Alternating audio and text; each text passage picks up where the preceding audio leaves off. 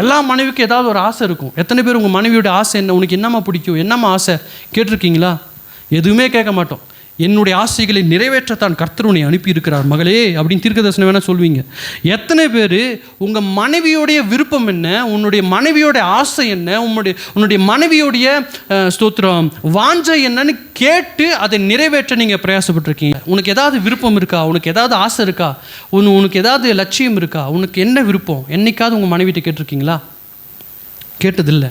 இன்றைக்காவது போய் கேளுங்க. உங்கள் மனைவிட்ட போய் உட்காந்து உனக்கு என்னம்மா ஆசை கேட்டு அந்த ஆசைகளை நிறைவேற்றுங்க. இதெல்லாம் எதுக்கு சொல்கிறேன்னா, உங்கள் மனைவியை நீங்கள் நேசிக்கிறத எப்படி காட்டலான்னா, அவங்கள்ட்ட அன்பாக பேசுவதன் மூலமாக உங்கள் அன்பை வெளிப்படுத்தலாம். அவங்க கூட உட்காந்து நேரம் செலவிடுவதன் மூலமாக உங்கள் அன்பை வெளிப்படுத்தலாம். அவங்களுடைய ஆசைகள் விருப்பங்கள் என்னென்னு நீங்கள் கேட்டு அதை நிறைவேற்றுகிறதன் மூலமாக உங்கள் அன்பை வெளிப்படுத்தலாம்.